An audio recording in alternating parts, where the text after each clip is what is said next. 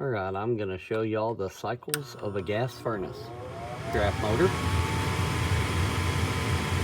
Now, we'll wait till you hear the click. And watch up inside there.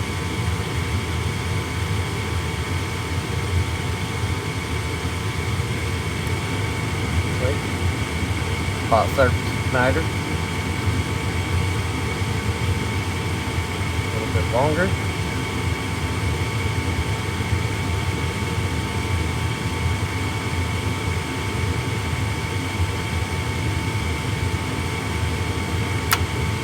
Flames. And after a few minutes of the flames running, you'll hear the blower motor kick on. Flames are burning. There's a flame sensor right there. That senses the flame, and once it senses the flame, it will then tell it, hey, the flame is going. We can turn on the blower.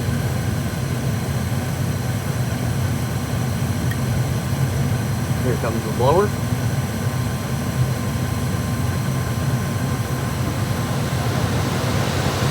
Blower.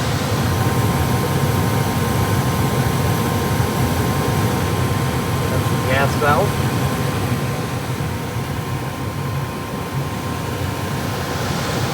And then, once the flame stops, the blower will stay running for up to 2 minutes.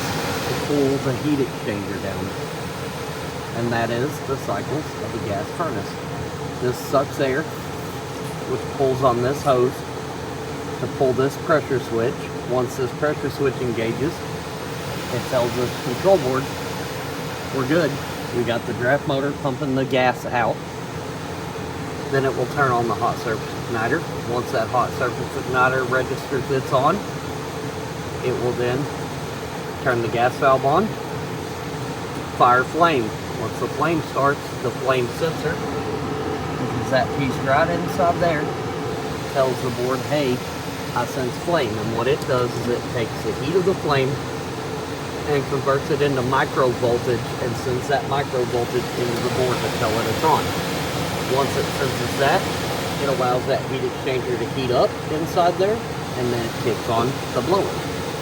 And then it runs through its heat cycle, and as soon as it finishes this heat cycle, flame shut off, blower stays running to cool the heat exchanger down to keep the metal from cracking from the excessive heat. That is the cycle of the furnace.